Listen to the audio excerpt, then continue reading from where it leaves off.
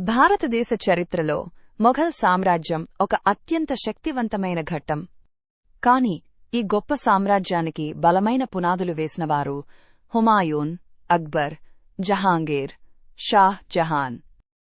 ఈరోజు మనం ఈ నలుగురి జీవితాలను, వారి పాలనను, వారు చేసిన అద్భుతాలను, చివరికి వారు ఎదుర్కొన్న బాధలను గమనించబోతున్నాం.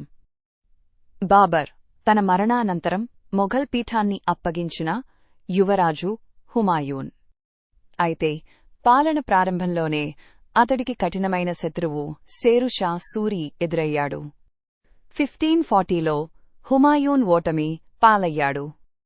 15 సంవత్సరాలపాటు విదేశాల్లో ఆశ్రయం పొందాడు. చివరకు 1555లో మళ్లీ ఢిల్లీని ఆక్రమించాడు. కాని తండ్రి పుస్తకాల లైబ్రరీ మెట్లపై జారి మరణించాడు. రైట్ ఫింగర్ వారసునిగా అక్బర్కు పునాదిని వేసినవాడు.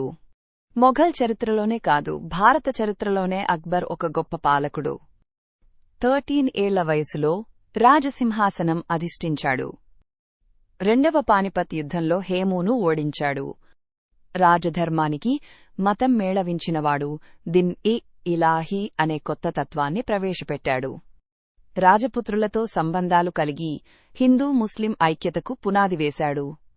ఫతేపూర్ సీక్రీ, బులంద్ దర్సావాజా వంటి గొప్ప నిర్మాణాలు చేశాడు. అతని ఆస్థానంలో బిర్బల్, తాన్సేన్ వంటి ప్రజ్ఞావంతులు ఉండేవారు. అక్బర్ అంటే రాజకీయం, మత సహిష్ణుత, కళల మేళవింపు. అక్బర్ కుమారుడు జహాంగీర్, అసలు పేరు సలీం. పాలనలో న్యాయానికి ప్రముఖ స్థానం ఇచ్చినవాడు. న్యాయసింహాసనం అనే గొప్ప ఆలోచనతో ప్రజలకు నేరుగా రాజుని ఎదుట ఫిర్యాదు చేసే అవకాశం కల్పించాడు. అతని భార్య నూర్ జహాన్ తెలివైన రాజనీతిజ్ఞ. నిజంగా పాలన ఆమె చేతిలో ఉండేది. జహాంగీర్కి కళలపై విపరీతమైన ప్రేమ ఉండేది. మొఘల్ పెయింటింగ్ శైలి అతని కాలంలో శిఖరస్థాయికి చేరింది. రైట్ ఫింగర్ ప్రముఖ భారతీయ చారిత్రక వాస్తవ్యంగా కళలకు, రాజనీతికి సమతుల్యత చూపినవాడు. జహాంగీర్ కుమారుడు షాహ్ జహాన్. అతని పేరు చెప్పగానే మనకు తాజ్ మహల్ గుర్తొస్తుంది. తన భార్య ముంతాజ్ మహల్ మరణించగానే ఆమె కోసం నిర్మించిన శాశ్వత ప్రేమ గుర్తు తాజ్ మహల్. రెడ్ ఫోర్ట్, లాల్ కిల్లా, జామా మసీదు, మోతీ మసీదు వంటి గొప్ప నిర్మాణాలు చేశాడు.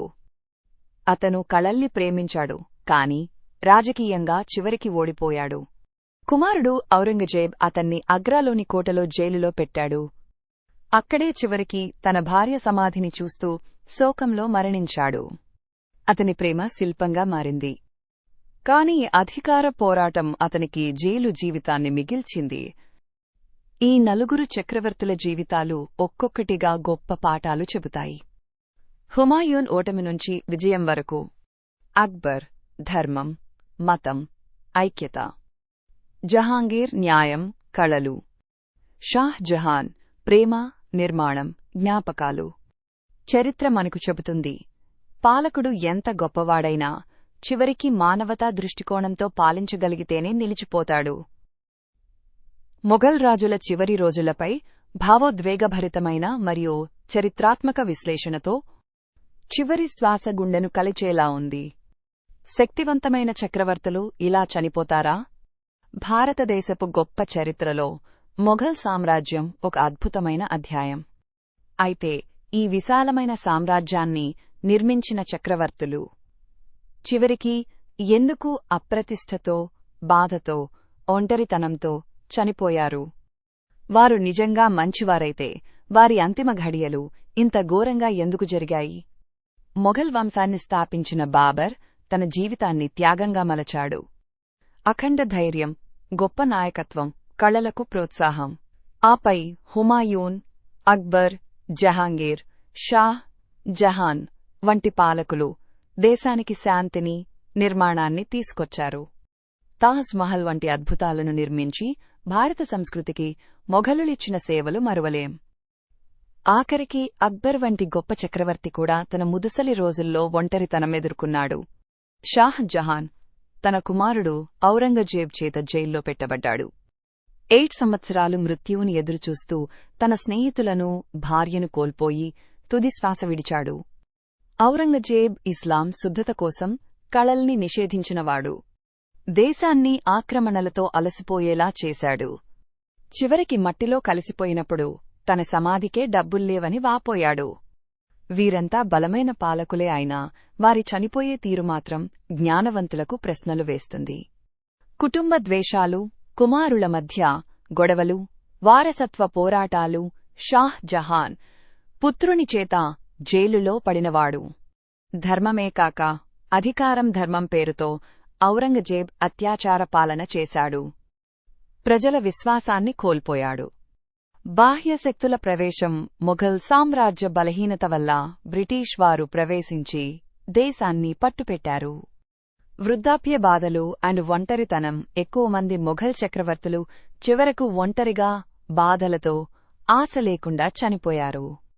వారు మంచి పాలకులైనా మానవత్వాన్ని పక్కన పెట్టినప్పుడు వారి చివరి రోజులు శాపంగా మారాయి. ఒక పాలకుడు తన ప్రజలతో పాటు కుటుంబాన్ని కూడా ఆదరించాల్సిన అవసరం ఉంది.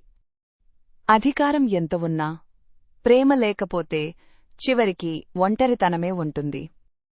మొఘల్ చరిత్ర మనకు చెబుతుంది, నీవెంత గొప్పవాడైనా చివరికి నీ ప్రవర్తన, నీ నిర్ణయాలే నీ జీవితాన్ని నిర్ణయిస్తాయి. అందుకే మొఘల్ చక్రవర్తులు మన ముందు ఒక గుణపాఠంగా నిలిచారు. మానవత్వం తప్ప శాశ్వతంగా మిగిలేది ఏమీ లేదు.